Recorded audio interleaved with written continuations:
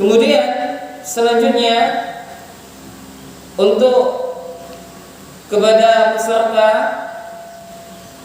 untuk kamar mandi, ya, maka panitia menyiapkan kamar mandi nanti di rumah Ustaz Iwan ya, yang belum jadi. Situ di panitia sebelah kanan Masjid Al-Musola. Kemudian yang akhwat yakni di dalam ya, telah panitia siapkan. Kemudian kepada Allah, rencana kita pada daurah ini kegiatan kamar mandi di samping musola ini sudah selesai. Kepada Allah ya, tidak selesai karena salah satu pengurus kemarin kepada Allah masuk rumah sakit ya, jadi sedikit tidak sampai selesai daripada program yang telah kita siapkan. Dan bagi seluruh panitia, maka kami harapkan untuk bisa mengikuti kegiatan daurah ini dari awal sampai akhir ya, dan juga memperhatikan adab-adab di dalam majelis ilmu. Kemudian hal yang terpenting adalah yakni kita sama-sama menjaga kebersihan di sekitar musola ini. Baik, kepada ikhwan dan akhwat para peserta daurah ilmu syar'i angkatan pertama ini, sebelum kita memulai, sedikit kami sampaikan informasi rencana ke depan. Jadi ini adalah program kita pertama kali ya di musola ini. Ya, musola ini, tempat ini dibangun sebenarnya sudah lama, yakni pada tahun sekitar 2014. Ya, 2014. Untuk musola ini tahun 2016 atau 17. Nah, rencana insya Allah pada bulan Syawal nanti kita akan mengadakan kegiatan program yakni santri kalung. Santri kalung adalah pembahasan sekitar tadribul du'at, yang mana pesertanya bapak-bapak. Untuk pelajarannya kita lakukan di malam hari. Ya, di malam hari yakni mengkaji kitab-kitab para ulama. Target daripada utama program itu adalah bisa baca kitab para ulama. Nah, dan untuk besok kegiatan kita ya, setiap peserta itu ada 3 kitab panitia berikan ya. Yang pertama 10 pilar meraih ilmu ini, ya, ini akan kita kaji insyaallah pada sesi yang pertama ini. Kemudian yang kedua untuk hari Sabtu yakni nizam al-arjuzah al-mi'iyah, yakni sirah Nabi sallallahu alaihi wasallam sebanyak 100 bait syair. Ya, kita rencana besok dari pagi juga jam 8:30 sampai jam 5 sore rencana.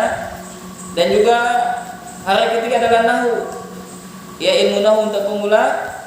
Ini pada hari Ahad dari pagi juga sampai sore. Yang mudah-mudahan diberikan kesehatan kepada kita semuanya dan bisa mengikuti kegiatan ini dengan baik dan benar. Nah, baik ikhwani wa akhwati fillah, para peserta daurah rahimani rahimakumullah, kita akan memulai kegiatan daurah kita pada kesempatan kali ini, yakni dengan tema adalah 10 pilar meraih ilmu. Ya, 10 pilar meraih ilmu, yang ditulis oleh Ustaz Abu Yusuf Ahmad Ja'far hafizallahu ta'ala. Dan sedikit biografi beliau ya ada di bagian belakang buku ini, kutip ini. Ya, beliau bernama Abu Yusuf Ahmad Ja'far bin Mulyono bin Majid, lahir pada tanggal 17 Juni tahun 1996. Dan beliau baru selesai kuliah di Mesir, Universitas Al-Azhar ya pada tahun kemarin. Dan juga beliau sekarang ini melanjutkan juga di Universitas Islam Madinah. Dan beliau backgroundnya bukan anak pondok. Ya, background dulu bukan anak pondok ya jemaah. Ya, bukan santri dulunya. Sekolahnya di SMK Negeri 1 Pasuruan. Dan banyak buku-buku beliau. Ya Masya Allah, beliau adalah salah satu asatidz yang proaktif, yang aktif dalam menulis. Ya, ilmu nahwu pemula juga buku beliau. Ya, dan juga di antara buku beliau juga adalah Perjalananku dari Mesir hingga ke Madinah. Itu ada juga dalam bentuk PDF, dan banyak alhamdulillah ya buku-buku beliau. Itu sedikit biografi daripada penulis buku yang akan kita pelajari ini. Nah, kemudian kita masuk kepada muqaddimah. Ya, penulis semoga Allah senantiasa menjaga beliau. Yakni beliau memulai kitabnya dengan Bismillahirrahmanirrahim. Jadi ini sebagaimana para ulama kita memulai kitab-kitab mereka dengan bacaan basmalah. Tujuannya ada 3 sebab kenapa para ulama dan juga para asatidz kita memulai kitab mereka dengan bismillah.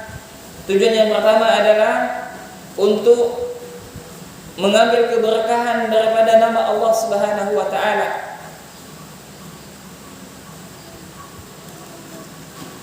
Kemudian yang kedua, untuk mengikuti apa yang ada di dalam Al-Qur'an.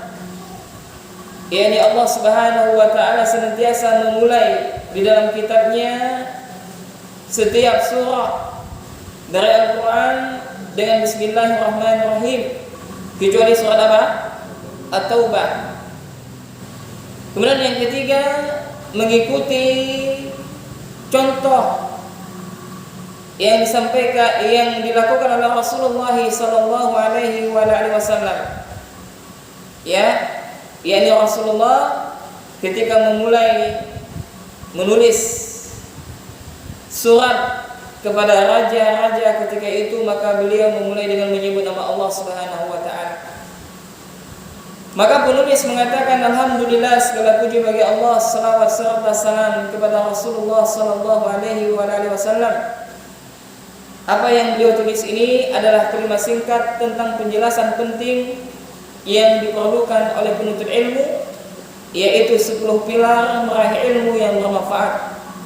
Adapun rujukan daripada buku ini adalah Ar-Raqaiz Al-Ashhar di Ta'sili Al-Ilmi, karya dari Syekh Abdullah bin Salfit Al-Dhafairi dengan beberapa tambahan dari beliau. Lalu di akhir daripada muqaddimah ini beliau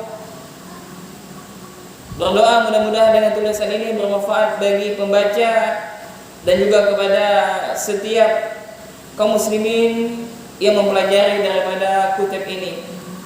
Nah, ayo ikhwan wa akhwati fillah, kaum muslimin dan muslimat, para peserta daurah ilmu syar'i rahimani rahimakumullah.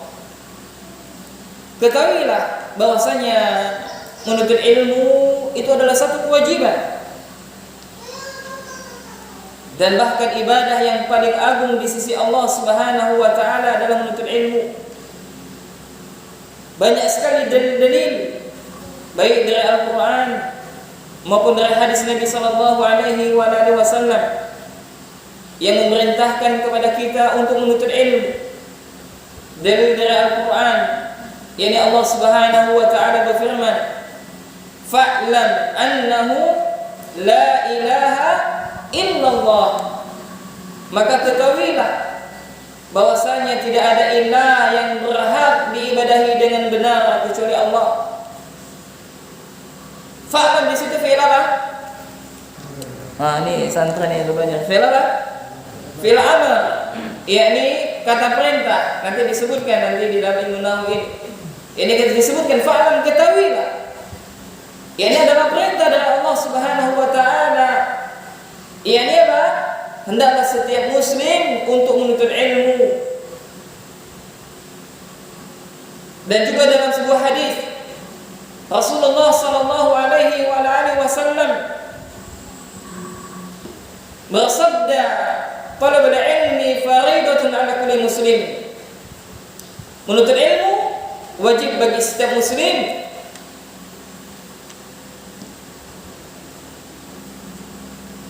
Al-Imam, salah seorang ulama menyebutkan,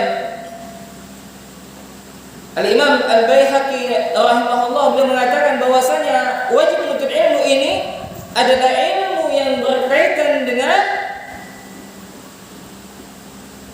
ubudiyah kepada Allah Subhanahu wa taala, penghambaan diri kepada Allah. Maka hukum menuntut ilmu itu ada dua, ikhwan. Ya. Bagi akhwat, bagi peserta akhwat, jika suaranya tidak jelas maka bisa disampaikan di grup ya peserta dakwah akhwat. Nah, yang pertama adalah fardu ain hukumnya. Yang pertama adalah fardu ain. Ya, ini apa maksudnya? Wajib tadi. Kapan menuntut ilmu itu hukumnya adalah wajib? Yakni adalah ilmu yang berkaitan dengan ubudiyah kepada Allah, ilmu yang berkaitan dengan peribadatan kita kepada Allah, yakni ilmu seputar akidah, ya. Kemudian ilmu bagaimana kita memahami aina Allah, di mana Allah. Kemudian ilmu yang berkaitan dengan kaifiyah ibadah itu sendiri, yakni tentang salat, bagaimana tata cara salat yang benar, maka kita perlu ilmu di dalamnya. Kemudian ilmu yang berkaitan dengan arkanul Islam, yaitu syahadat, salat, zakat. Ini bagi mereka yang Allah berikan harta yang banyak. Maka ketika sudah sampai nisab hartanya, maka mereka orang kaya tersebut mereka wajib menuntut ilmu yang berkaitan dengan zakat. Dan ilmu yang berkaitan dengan puasa, bagaimana tata cara puasa yang benar, kemudian apa saja yang bisa membatalkan puasa dan sebagainya.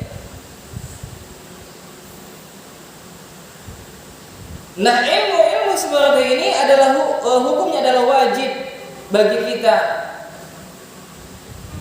Ya.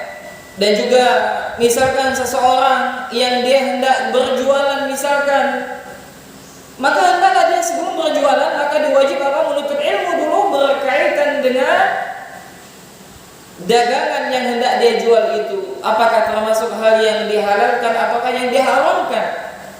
Ya, kemudian akad dalam jual beli. Nah, maka ilmu yang seperti ini hukumnya adalah wajib. Terlebih lagi ilmu seputar tentang pernikahan, ya maka wajib bagi kita. Ya. Kemudian ilmu tentang pendidikan anak dan sebagainya. Ya. Nah, ilmu yang seperti itu hukumnya apa tadi? Fardu ain, yakni wajib. Nah, kedua, fardu kifayah. Ya, kedua adalah fardu kifayah. Ini ilmu yang berkaitan dengan apa? Ini ilmu yang berkaitan dengan cabang-cabang daripada ilmu yang lain seperti qawaid fiqhiyah, kemudian usul tafsir. Ya, kemudian ilmu yang berkaitan dengan mustalah hadis, ya, dan juga rawi hadis. Itu adalah hukumnya fardu kifayah. Maksudnya apa? Apabila sebagian kaum muslimin sudah mempelajarinya, maka sebagian yang lain gugur kewajibannya. Ya,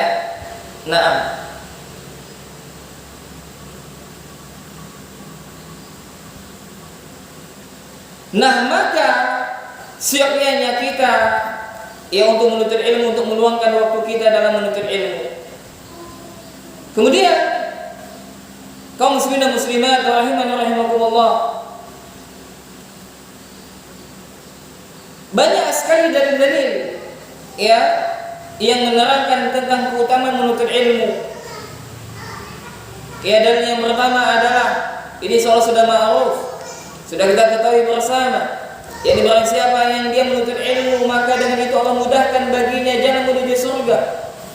Sebagaimana dalam sebuah hadis Nabi sallallahu alaihi wa alihi wasallam yakni Rasulullah sallallahu alaihi wa alihi wasallam bersabda, "Man salaka tariqan yaltamisu fi ilman, sahalallahu lahu bihi tariqan ila jannah." Jadi barang siapa yang menempuh satu jalan dalam rangka untuk menuntut ilmu, maka dengan itu Allah mudahkan baginya jalan menuju surga. Ya subhanallah. Ya maka bagi peserta sekalian, bagi ikhwan dan akhwat sekalian yang niatnya dari rumah untuk datang ke sini dalam rangka untuk menuntut ilmu, maka dengan itu Allah mudahkan baginya jalan menuju surga.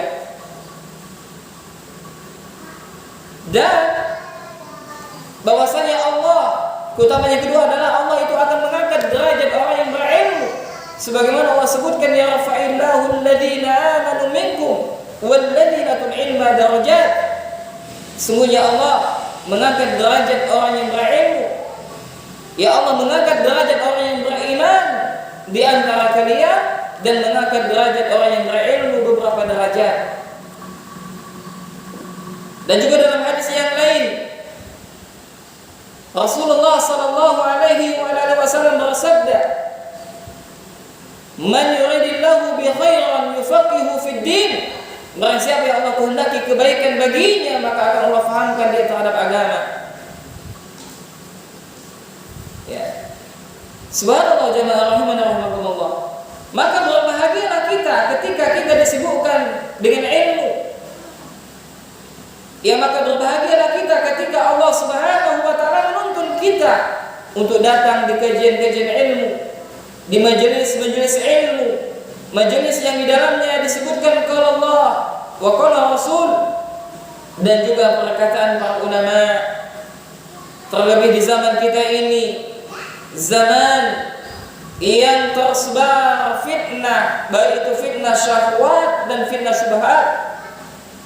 Siapnya kita sangat butuh kepada ilmu.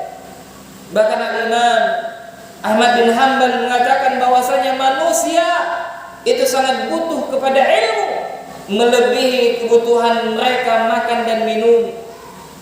Apa sebabnya? Karena makan dan minum itu dibutuhkan dalam satu hari berapa kali? 3 kali. Ada yang 5 kali makannya. Nah itu sebagian mungkin.